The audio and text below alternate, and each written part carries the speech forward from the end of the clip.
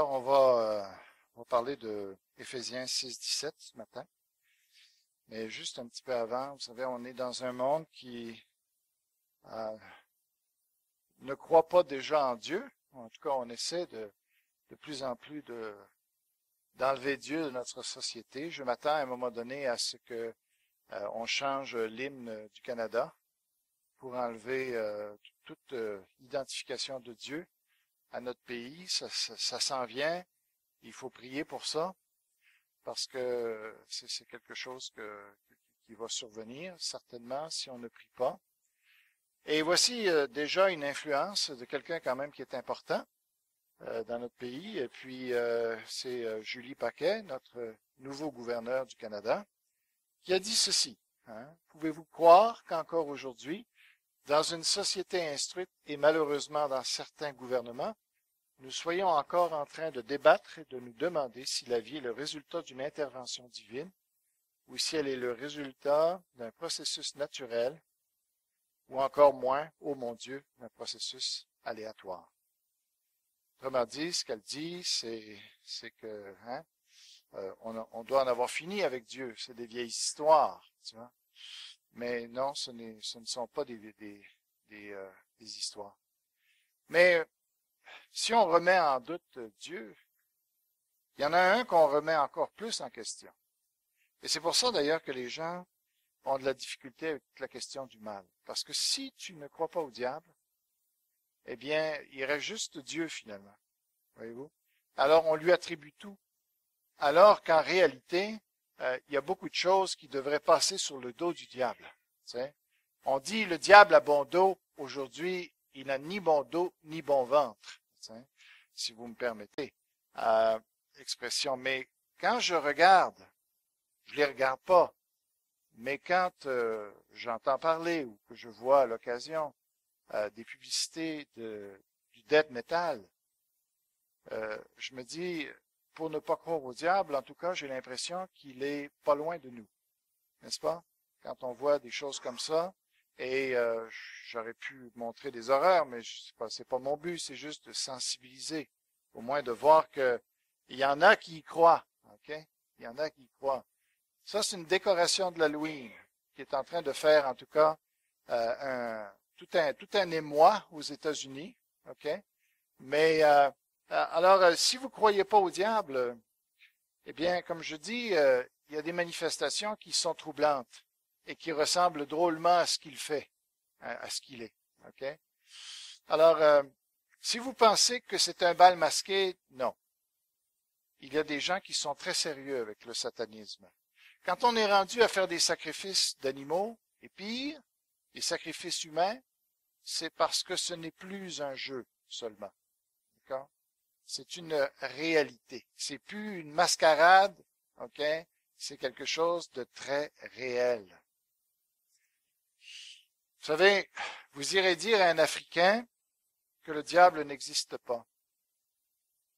Ou vous essaierez de faire croire à un Haïtien que le diable n'existe pas, qu'il n'agit pas. On va rire de vous, parce qu'ils en font souvent l'expérience, vous savez. Et même cette semaine, mon épouse me mentionnait encore quelque chose que je savais, mais j'étais content de voir qu'elle réalisait ça, et elle réalisait ça avec d'autres, qu'aujourd'hui, une des belles tactiques du diable, c'est les histoires de mort imminente, okay, ou les expériences de mort imminente, où les gens meurent et font des rencontres. Ils font des rencontres de la lumière, mais ils font des rencontres aussi, ça dépend des expériences, il y en a qui sont plus ou moins poussées, où ils font des rencontres avec des anges, des guides spirituels. Et il y en a plein. Okay? C'est pas un truc isolé. Il y a des livres qui ont été écrits, il y a des médecins qui ont parlé de ça, des chirurgiens ou des neuropsychologues qui ont écrit sur le sujet. Pour dire, ces gens-là, ils ont vraiment vécu quelque chose. Ce n'est pas juste une manifestation du cerveau. Et souvent, ces gens-là reviennent de cette expérience-là et en disant, j'ai rencontré un ange et il m'a dit, retourne, ta mission n'est pas finie, continuent à faire du bien. Et ces gens-là reviennent avec cette idée que il n'y a rien après la mort, rien d'effrayant en tout cas après la mort. Il n'y a pas de jugement après la mort. Je suis bien, j'ai juste besoin de continuer à faire un peu de bien et tout va bien aller. Quel mensonge. Quel mensonge. Vous savez, l'apôtre Paul disait que justement ceci, et cela n'est pas étonnant puisque Satan lui-même se déguise en ange de lumière. Vraiment intéressant. Le diable fausse la réalité. Okay? Et puis, alors c'est ça. Et alors j'aimerais qu'on regarde maintenant dans Éphésiens 6 et on va faire la lecture au niveau de verset 10. Éphésiens 6, 10.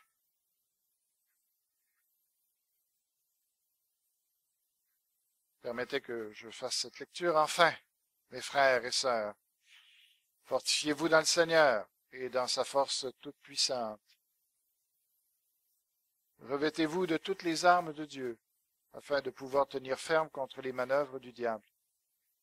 En effet, ce n'est pas contre l'homme que nous avons à lutter, mais contre les puissances, contre les autorités, contre les souverains de ce monde de ténèbres, contre les esprits du mal dans les lieux célestes. C'est pourquoi prenez toutes les armes de Dieu, afin de pouvoir résister dans le jour mauvais. On a déjà vu ce verset-là. Mais on est dans une guerre. Et il faut réaliser que c'est le cas. Et j'aimerais vous dire ce matin qu'on a vu plusieurs armes jusqu'à présent. On a vu la ceinture, on a vu la cuirasse. Elles sont toutes importantes. On a vu les chaussures. On a vu le casque. La dernière fois, c'était le casque. On a vu le bouclier de la foi. Ce matin, nous arrivons à cette arme qui est la plus offensive de toutes. C'est l'épée. Et sincèrement, je crois que ça va bouleverser notre Église. Vous allez voir, vous allez comprendre des choses. Puis je le dis pas avec prétention, mais je crois et j'essaie pas de créer un certain enthousiasme par rapport au message. Je crois qu'on a vraiment intérêt d'écouter ce qui va se dire par rapport à l'épée de l'Esprit ce matin. Parce que ça va changer, pour certains en tout cas, ça va changer votre façon d'évangéliser. Et ça va changer aussi les résultats qu'on va avoir. Okay? Donc, prêtez bien attention. Je ne cherche pas la théorie. La théorie ne m'importe pas. On a besoin d'une certaine théorie. Mais ce qui m'importe surtout, c'est qu'on touche le vrai sens des Écritures et pour qu'on l'expérimente dans notre vie. Nous allons voir la parole de Dieu. Tout d'abord, il dit, l'épée de l'Esprit, c'est la parole de Dieu. C'est drôle, hein? Mais si on nous avait donné le défi, on nous avait demandé le défi d'exposer une métaphore, de prendre une métaphore pour expliquer ce qu'est la parole de Dieu. Et oubliez tout ce que j'ai dit avec la ceinture de la vérité. L'épée de l'Esprit, le bouclier de la foi, des fois on a l'impression que c'est les mêmes choses. Ce n'est pas du tout les mêmes choses. Okay? Ce n'est pas les mêmes armes. Ce matin, c'est quelque chose de très différent du bouclier de la foi et aussi de la ceinture de la vérité. Vous vous souvenez de ce que j'ai dit sur la ceinture et sur le bouclier? Ce matin, c'est quelque chose, ça fait encore référence à la parole de Dieu, mais c'est différent. Et vous allez voir en quoi c'est différent. Mais si on avait eu à trouver une illustration ou une métaphore pour expliquer c'est quoi la parole de Dieu, à quoi on peut la comparer, fort probablement que dans notre société, nous ne l'aurions pas comparée à une arme. Nous ne l'aurions pas comparée à une épée, certainement pas, puisqu'on n'est plus au temps des épées. Mais on ne l'aurait pas comparé à un fusil mitrailleur. Pourquoi? Parce que pour nous, la parole est devenue quelque chose d'extrêmement faible dans notre société. On parle beaucoup dans la société. On donne la parole à tout le monde. C'est la fierté de la démocratie, de donner la parole à tous. C'est le gouvernement du peuple par le peuple. Mais on donne la parole à tous aujourd'hui. Vous savez, tout le monde a son petit mot à dire. Tout le monde a son opinion. Vous écoutez les lignes ouvertes, tout le monde va dire ce qu'il pense du cannabis, ce qu'il pense de ci, de ça. Tout le monde dit, et il y a une multitude d'informations qui est erronée, fausse, biaisée, ridicule, et on absorbe tout ça et il faut démêler tout ça. On est rendu très fort sur la répétition. On entend les parents qui répètent et qui répètent et qui répètent. Leur parole n'a plus d'autorité, n'a plus de puissance. Plus vous répétez, plus vous montrez que votre parole n'a pas d'autorité. Okay? Mais c'est parce qu'on enlève les outils qui donnent de l'influence à la parole ensuite. Vous savez, on enlève tous les outils, tu sais, de punition ou pour montrer que je suis sérieux et il y a des conséquences à ce que je dis. Quand Dieu dit quelque chose, il y a des conséquences. Et c'est pourquoi elle a toute son autorité. Mais nous, on parle, mais on n'applique jamais rien. Ça fait que les gens s'habituent qu'on parle et c'est du vent. Et aujourd'hui, on fait parler tout le monde et tout le monde dit des bêtises. Et on écoute ces choses-là et finalement, la parole est devenue, on dit, on fait des promesses, on ne tient pas nos paroles, même parmi les chrétiens. Notre oui n'est pas oui. Notre non n'est pas non. Nous promettons toutes sortes de choses, nous nous engageons à toutes sortes de choses, nous ne respectons pas nos paroles, nous affirmons des choses sans savoir, sans avoir vérifié, sans avoir pleinement étudié. Nous pensons que nous connaissons parce qu'on connaît quelques trucs, tu sais, et puis qu'on a écouté des affaires ou qu'on a lu telle chose. Là, on est rendu un expert. L'apôtre Paul dit, si quelqu'un croit qu'il connaît, il ne connaît rien. On ne connaît rien. Et on est là, vous savez, comment on peut voir que les gens n'ont plus d'autorité, que la parole n'a plus d'autorité? Les gens crient. Est-ce que vous criez dans votre vie? Remarquez bien, Dieu ne crie jamais. Il n'a pas besoin de crier. Crier, ça veut dire, je suis en train de donner une autorité que ma parole n'a pas. Je suis en train de t'obliger, de te montrer par mes grimaces, par mon ton et tout ça, c'est sérieux. Je te dis quelque chose de sérieux. Mais une parole qui est vérité, une parole qui est autoritaire, elle n'a pas besoin de crier. Elle est puissante en elle-même. Et c'est ça le défi des parents aussi, entre autres. C'est que quand ils parlent, que les enfants sont tellement convaincus que ça reflète la vérité, qu'ils s'enlignent avec ça. C'est une assurance. Voyez-vous? Alors, on est dans la société des opinions, dans la société des mots clichés, dans la société des expressions, mais ça n'a pas de poids. Ça n'a pas de force. Les gens parlent, et ça ne veut plus rien dire. C'est tout à fait le contraire avec Dieu. Lui, il n'a pas besoin de dire grand-chose. Quand il dit une chose, la chose est pesée, la chose est pensée, la chose déjà, les applications de ça sont déjà en marche.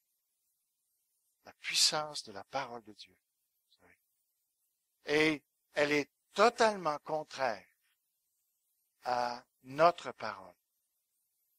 Et il y a des très belles illustrations de ça dans la Bible. Mais j'aimerais juste vous montrer quelque chose qui m'a fait pleurer quand je l'étudiais.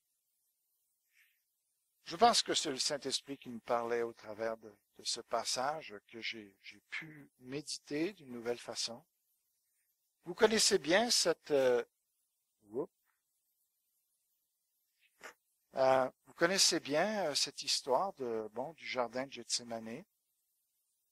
Alors, c'est Judas qui a vendu Jésus et les sacrificateurs reviennent dans le jardin. Et ils reviennent avec des soldats. On ne sait pas combien, mais ils devaient quand même être assez nombreux pour ne pas prendre de risques, parce que Jésus avait ses disciples. Il ne devait pas savoir combien il y en avait avec lui. Bon, il y avait les 12 réguliers. Et puis, tu sais, alors, il y en avait combien d'autres? On ne sait pas. Alors, les autres, ils ont prévu le coup, sans doute. Hein? Et ils sont venus en force pour prendre Jésus. C'est eux qui avaient les bâtons. C'est eux qui avaient les épées. Les sacrificateurs avaient le droit d'avoir une cohorte à eux, de soldats romains qu'ils géraient, qu'ils commandaient et qui obéissaient à leurs ordres. Ils sont venus pour arrêter Jésus. Alors, ils ont posé cette question-là. Ils ont dit, alors, ils sont arrivés et Jésus dit aux soldats, qui cherchez-vous? C'est sûr, il fait noir. Hein?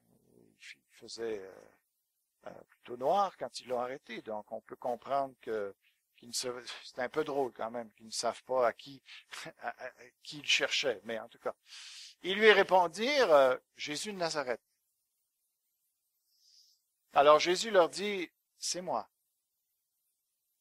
Lorsque Jésus leur dit, c'est moi, ils reculèrent et tombèrent par terre. Bon, je l'ai vérifié, dans le texte grec, ça emploie l'expression ego, émi. Ça veut dire, moi, je suis. Alors ici, il dit, c'est moi, on perd un peu de l'idée. Mais il dit, moi, je suis. Comprenez? Et j'ai vérifié pas le texte hébreu, parce que le texte hébreu, c'est pas égoémie. Égoémie, c'est du grec, mais la première traduction qu'on a fait de la Bible en grec, de l'Ancien Testament, eh bien, j'ai regardé comment il l'avait traduit. Quand on prend Exode chapitre 3, où là, on a cette histoire-là avec Moïse. Moïse demande à Dieu, mais comment je vais te présenter? Avec quel nom je vais te présenter? C'est quoi ton nom?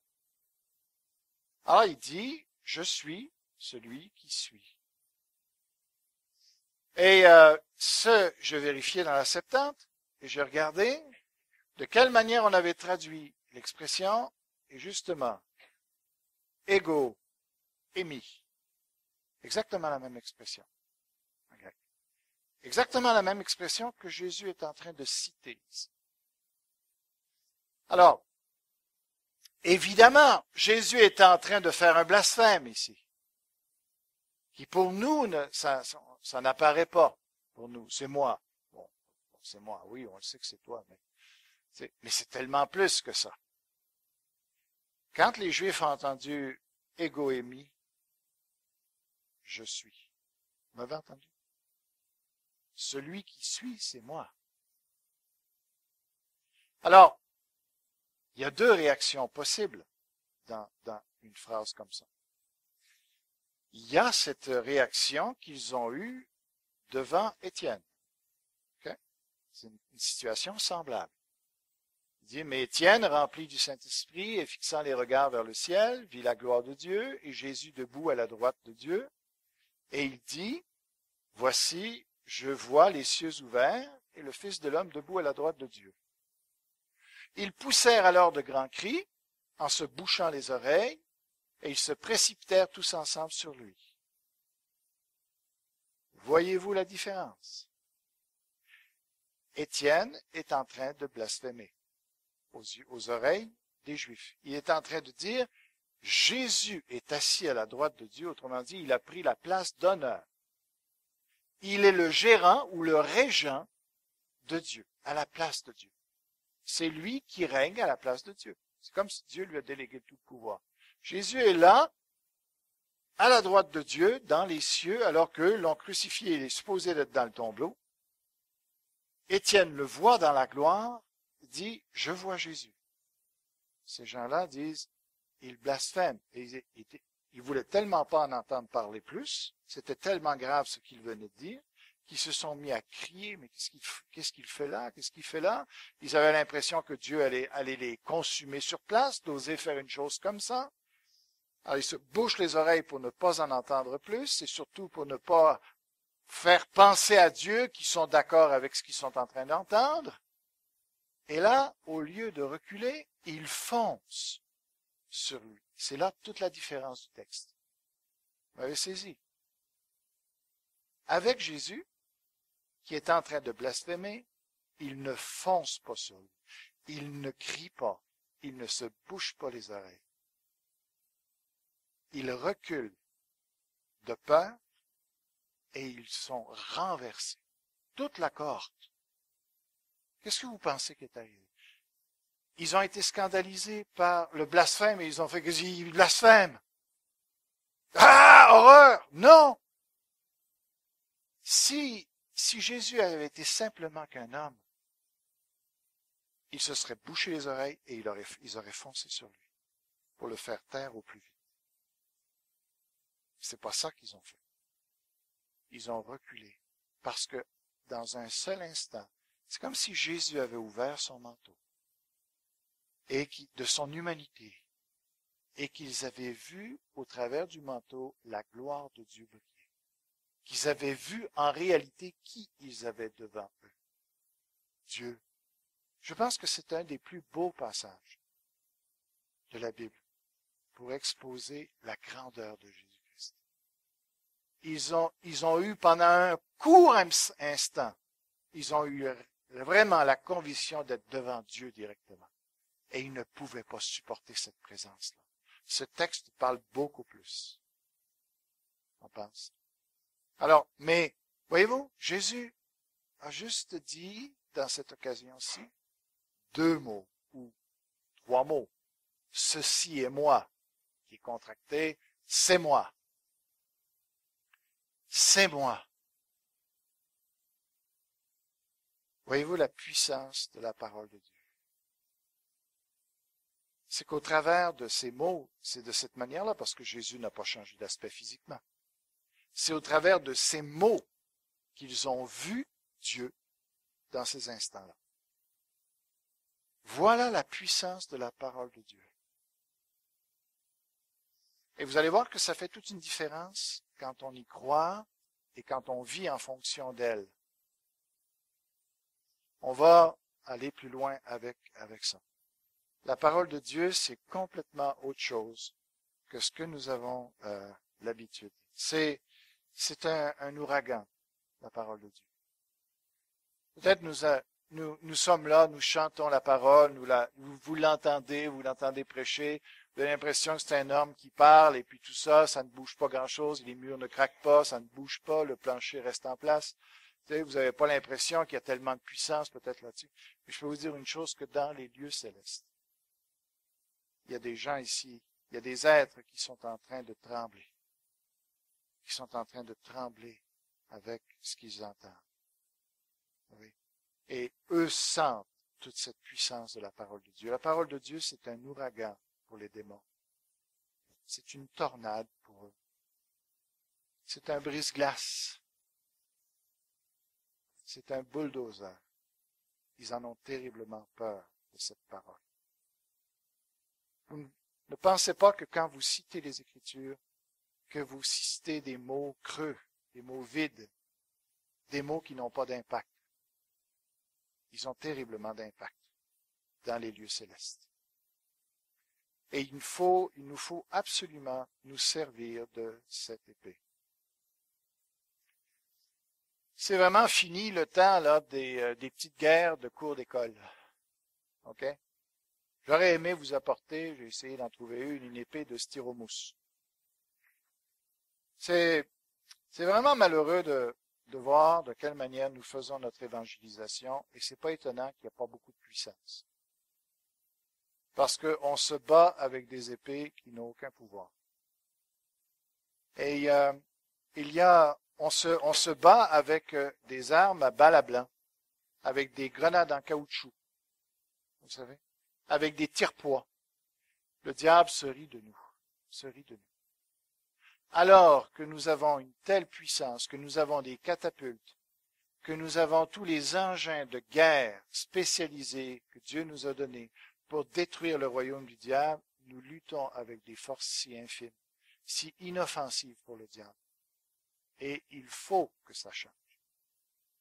il faut qu'on apprenne à se saisir des véritables armes de Dieu pour combattre les forces célestes.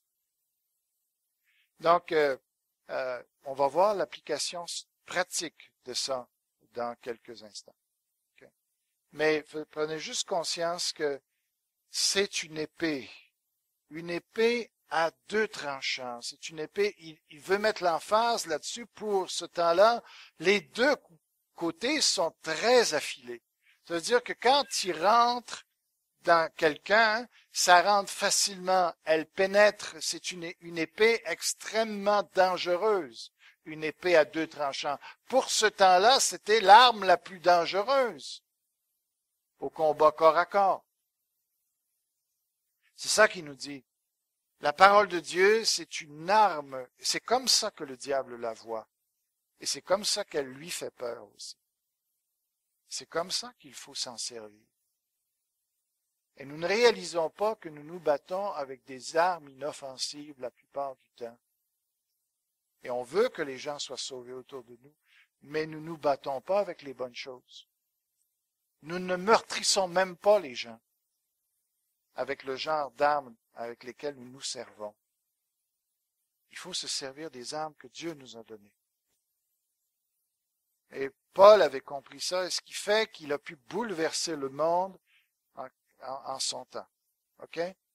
Pour moi, frère, lorsque je suis allé chez vous, ce n'est pas avec une supériorité de langage ou de sagesse que je suis allé vous annoncer le témoignage de Dieu, car je n'ai pas eu la pensée de savoir parmi vous autre chose que Jésus-Christ et Jésus-Christ crucifié.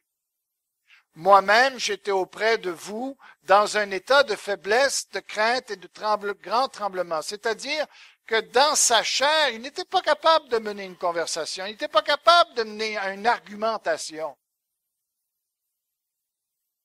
C'est pas avec ça qu'il a pu lutter. C'est pas à cause de son grand savoir qui dépasse et qui va dépasser probablement le savoir de tous les docteurs d'aujourd'hui. C'est pas avec ça qu'il a lutté. Et ma parole et ma prédication ne reposaient pas sur les discours persuasifs de la sagesse, mais sur une démonstration d'esprit et de puissance.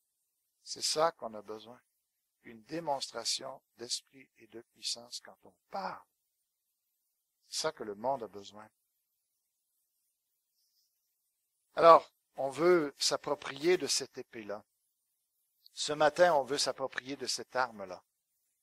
Et c'est intéressant parce qu'il dit, l'arme est non seulement puissante, mais il faut que ce soit l'esprit qui la manie. Vous voyez le bras du Saint-Esprit, il faut qu'elle soit en arrière de cette arme-là. C'est ça qui lui donne toute sa puissance. En elle-même, la parole de Dieu, elle est puissante. Mais il faut, pour qu'elle marque, pour qu'elle tue, si vous me permettez l'expression, pour qu'elle pénètre, pour qu'elle convainque, pour qu'elle triomphe, il faut que ce soit le Saint-Esprit qui la manie, qui touche les gens avec, qui frappe les gens de celle-ci. Mais comment faire dans notre vie pour que ce soit le Saint-Esprit qui est en train de manier la parole de Dieu pour que les gens croulent, que les gens s'effondrent devant nous?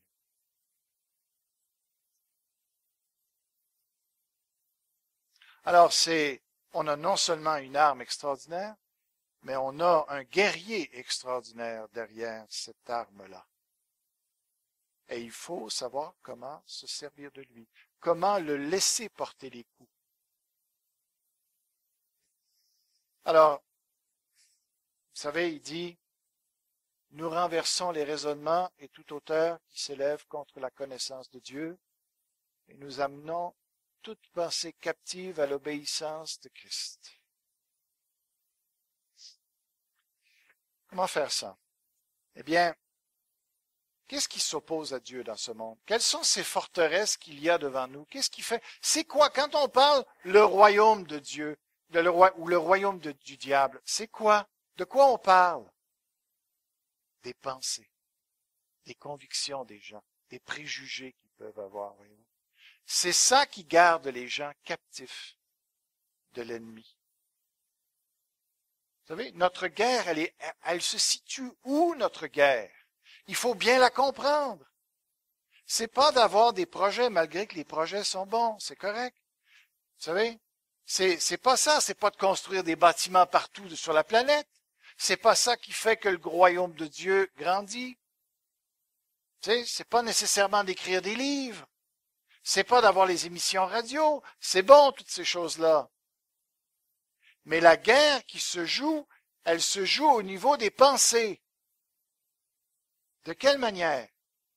Eh bien, toute pensée que les gens ont qui les empêche de croire en Jésus-Christ, d'avoir confiance en Jésus-Christ, de donner leur vie à Jésus-Christ, c'est ça les forteresses qu'il faut abattre. Oui, c'est ça les tours de garde qu'il faut qu'ils s'effondrent. Autrement dit, il faut changer la pensée des gens. Il faut changer leurs objections. C'est ça une forteresse. C'est ce qui t'empêche d'entrer. Qu'est-ce qui empêche les gens de Jésus-Christ d'entrer dans la vie des gens? Des forteresses de pensée. L'athéisme, la philosophie moderne, le scientifisme faux que les gens entretiennent, qui les empêchent de croire en Dieu. Alors, comment devons-nous maintenant faire notre évangélisation? On va voir ça un peu plus tard. C'est une reproduction de « Encore, je reviens au jardin ». Et c'est une très, très belle illustration de la différence de la parole dans la bouche de Jésus et la parole dans notre bouche à nous. Une illustration incroyable. Voici ce que Jésus a dit un peu avant d'aller à la croix. Il leur dit maintenant au contraire que celui qui a une bourse la prenne et que celui qui a un sac le prenne également et que celui qui n'a point d'épée vende son vêtement et achète une épée. Ah bon. Alors il y a plein de monde qui ont pris ça et les apôtres avec et ils ont pris ça et ils disent fausse grille. Ça y est, le royaume de Dieu, on va l'établir. Alors il faut s'équiper. Ça y est, la guerre commence. Alors ils ont été chercher leurs épées. OK? Alors ici, quand je vous le dis, il faut que cette parole qui est écrite s'accomplisse de moi. Il a été mis au nombre des malfaiteurs, en ce qui me concerne, est sur le point d'arriver. Il dit, Seigneur, voici 2 épées. Ah, ils étaient tout fiers, hein? On en a trouvé 2, hein? On a un bon commencement, Seigneur, hein? Jésus devait tellement décourager de les voir avec leurs épées. Ils avaient absolument rien compris. Il leur dit, ça suffit. Oui. Vous n'avez pas besoin si c'est le genre d'épée que vous voulez aller chercher, on peut arrêter là. OK? Souvent, on pense que Jésus était d'accord pour la guerre avec cette histoire-là. Il y a beaucoup de gens qui comprennent pas cette parole-là. Mais Jésus n'a jamais parlé d'une épée comme ça. Jésus a parlé de l'épée de l'esprit. C'est ça qu'il voulait dire. Grayez-vous, excusez mon québéquisme, grayez-vous, hein, d'une vraie épée. Vous comprenez? Il nous dit, la guerre s'en vient maintenant, les amis. Les ténèbres vont affronter la lumière. Le royaume de Dieu va affronter le royaume du diable. Vous avez besoin d'être équipés. Voyez-vous ce qu'il disait? Déjà était en train d'anticiper sur l'enseignement de Paul. Alors, Pierre, c'était une catastrophe. Tiens, l'armée s'en vient, et là, Jésus, lui, n'a pas d'armes. Il n'est pas armé du tout. Alors, selon leur point de vue à eux, Pierre a une épée. Alors, il a même pas été foutu de frapper un soldat, hein, avec son épée. Il a frappé un serviteur et en plus, il lui a frappé juste l'oreille. Alors, tu parles d'un soldat, à toute une habileté. Je te dis, OK? Alors, avec des soldats comme ça, Jésus allait pas aller bien loin, même physiquement. OK? Mais Jésus, quand il a vu tomber l'oreille du gars, il a dit, non, c'est pas vrai. Alors, voyez-vous la différence? Voilà l'image de comment on fait notre évangélisation. On est une gang de pas bons, de pas entraînés, qui avons des épées et on frappe n'importe où, n'importe quoi, on fait tomber les oreilles, on empêche les gens d'écouter même. On empêche les gens d'écouter, OK? Parce qu'on leur frappe les oreilles avec des arguments humains, on essaie de les impressionner par une logique à ne pas finir, à ne pas faillir. On pense que c'est comme ça. On leur ramène des preuves scientifiques, on leur ramène des preuves de Dieu pour qu'ils se convertissent. Vous savez ce qu'on fait? On fait juste couper les oreilles des gens. Ça suffit. Il faut qu'on arrête de faire tomber les oreilles des gens. Il faut que ça rentre dans leur cœur. Et comment on va faire ça? Comment on va être Jésus? Voyez-vous la différence entre l'épée de Jésus et l'épée de Pierre? Hein? C'est quand même une belle illustration.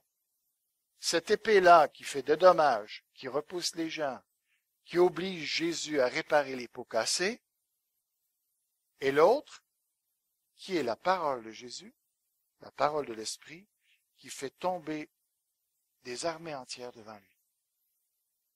Ce n'est pas simplement un fait historique, c'est un enseignement pour chacun de nous, pour l'Église de Jésus-Christ, de comment faire l'évangélisation. Alors, comment faire ça? J'arrive au côté pratique. Maintenant, voici comment vous allez faire votre évangélisation à partir d'aujourd'hui. Je l'espère. Pour qu'elle ait de l'impact. Laissez tomber vos arguments, laissez tomber vos démonstrations scientifiques, vos démonstrations logiques, d'essayer de convertir les gens juste par le raisonnement, de les emmener à croire, puis de leur prouver que Dieu existe, que Jésus est là, ici. Non. Ça ne fonctionne pas. C'est la défaite assurée. Le diable ne craint pas du tout ces armes-là. Ce qu'il faut, c'est tout d'abord aller tout de suite avec la personne de Jésus. Il faut qu'on prenne, chacun de nous, qu'on prenne conscience que le fait que les gens ne viennent pas à Jésus-Christ, ce n'est pas parce qu'on n'a pas des arguments valables à leur offrir. Ce n'est pas parce que notre démonstration, elle est faible. Ce n'est pas parce qu'on n'a pas des choses historiques ou archéologiques à démontrer. Sur ce point-là, on est capable de faire notre part. Mais c'est pas ça qu'on a besoin. Notre point, c'est qu'il faut tout de suite comprendre que ce qui sauve, c'est Jésus-Christ. Alors, tout se joue là. Jésus. C'est ça qu'il faut amener aux gens. Alors, vous pouvez, ça c'est un préambule. L'évangélisation, c'est pas les 4 points spirituels, les 4 lois spirituelles. L'évangélisation, c'est qu'est-ce que tu penses de Jésus? Mais ça, c'est un préambule. Ça ne sauvera pas la personne, ça. Mais on peut commencer par là. On peut être plus direct que ça. Mais on peut commencer par, qu'est-ce que tu penses de Jésus-Christ? Est-ce que tu crois que c'est Dieu qui est venu sur terre? Parce que si c'est Dieu qui est venu sur terre, je veux dire, il est la vérité. On n'a pas besoin de rien d'autre à ce moment-là. Mais je ne veux pas les convaincre de ça. Tu sais, je fais juste un préambule. Je les amène sur le terrain sur lequel je veux les amener. Sur le champ de bataille sur lequel je veux les amener. Vous savez, les guerres se gagnent quand la stratégie militaire fait en sorte que tu amènes l'autre armée sur ton terrain à toi. Il faut amener les gens du monde sur notre terrain à nous, qui est quoi? Notre champ de bataille où on est vainqueur, c'est Jésus-Christ. Une fois qu'ils sont là, c'est qu'il faut qu'on réalise que ce qui empêche les gens de venir à Jésus-Christ, ce sont les peurs. Les peurs de donner leur vie. Les peurs de perdre leur emploi s'ils se donnent à Jésus-Christ. Les peurs de perdre l'argent. Les peurs de perdre leurs amis. Les peurs de voir leur famille les renier. Les peurs de peut-être perdre l'argent des employés parce qu'ils se mettent à croire en Jésus. Qu'est-ce qu'on va dire de moi? Les peurs de qu'est-ce qu'il va me demander. C'est quoi la suite? Je veux bien m'avancer. Je veux bien croire en Jésus, mais ça m'engage à quoi? Les gens sont bourrés de peur. Et c'est ça les murailles. C'est ça les forteresses qui s'opposent. Si les gens ne viennent pas à Jésus-Christ, c'est qu'ils ont des peurs. Et il faut avoir le courage de leur dire, de quoi tu as peur? Qu'est-ce qui t'empêche de donner? Ça, c'est la question clé. Qu'est-ce qui t'empêche de donner ta vie à Jésus-Christ? La plupart du temps, on n'a pas besoin, les gens savent de qui on parle. Les personnes les plus âgées, ils savent très bien qui il est. Mais de quoi tu as peur? Qu'est-ce qui t'empêche de donner ta vie à Christ? Et c'est une évangélisation qui est simple. La personne va te dire, si vous avez une bonne relation, si elle veut se cacher, elle ne te le dira pas. On ne peut pas aller plus loin. Parce que c'est ça qui les bloque. C'est ça qui les empêche de croire. C'est ça qui va faire qu'ils ne viendront pas à l'église. C'est pas l'histoire de j'aime pas l'idée des offrandes, c'est une secte, c'est des ci, c'est des ça. Ça, c'est juste des prétextes, c'est juste des excuses. Le point, c'est de quoi tu as peur? De quoi tu as peur? Qu'est-ce qui t'empêche de venir à Jésus-Christ? Qu'est-ce que tu as peur de perdre? Et si on a une bonne relation avec la personne, si on a été capable d'établir un lien de confiance avec elle, surtout qu'on a été capable de vivre notre foi devant elle et qu'elle a vu que c'était vrai notre foi, vous risquez qu'elle vous dise, c'est ça qui accroche. Si vous la laissez réfléchir, l'évangélisation d'un chrétien, excusez, je suis à 12h10, c'est vrai? Pas pire, hein? Après, là, j'ai vraiment perdu l'air du temps, le temps de l'air. Alors, bon, alors je vous dis, posez-leur la question et ils vont vous dire c'est quoi qui les bloque. Écoutez-les. Écoutez-les. Arrêtez de parler comme des machines. Tu sais, vous n'êtes pas un gramophone. Vous n'êtes pas piqué à un gramophone, comme on dit. Demandez-leur qu'ils vous disent c'est quoi qui les empêche de venir à l'église. C'est quoi qui les empêche de croire? Et quand ils vont vous dire ce qui les empêche, c'est là qu'il faut savoir la parole de Dieu. C'est là qu'il faut tenir l'épée prêt. Parce qu'ils vont vous donner un argument, ils vont vous donner une opposition, ils vont vous donner une excuse, ils vont vous donner une peur. Et si vous savez la Bible, si vous la connaissez sur vos doigts, que vous entendez leur objection, leur faux mensonge, leur mensonge vrai, eh bien là, vous allez pouvoir, vous n'avez pas besoin de dire grand-chose. Citez-leur la réponse que Dieu donne à ça. Vous allez les démolir, les pourfendre, parce que c'est les démons qui sont en arrière d'eux, qui vont crier, qui vont fuir, qui vont reculer devant vous. Vous avez toute la puissance de Dieu à votre service. Le problème, c'est que nous n'y croyons pas. Répondez ce que la parole de Dieu dit. Dieu vous a déjà donné les réponses dans sa parole de ce que vous devez leur dire. Faites-le. Et vous allez voir des gens être confondus par la puissance de la parole et de l'épée de l'esprit. Et prenez le temps, quand vous écoutez les gens, de demander au Saint-Esprit, Seigneur, qu'est-ce que je dois dire? Non pas ce que j'ai envie de dire. Seigneur, tu sais le verset. C'est pour ça qu'il faut se préparer. Mais le Saint-Esprit va nous guider dans la mémorisation de nos versets, de dire, prends celui-là.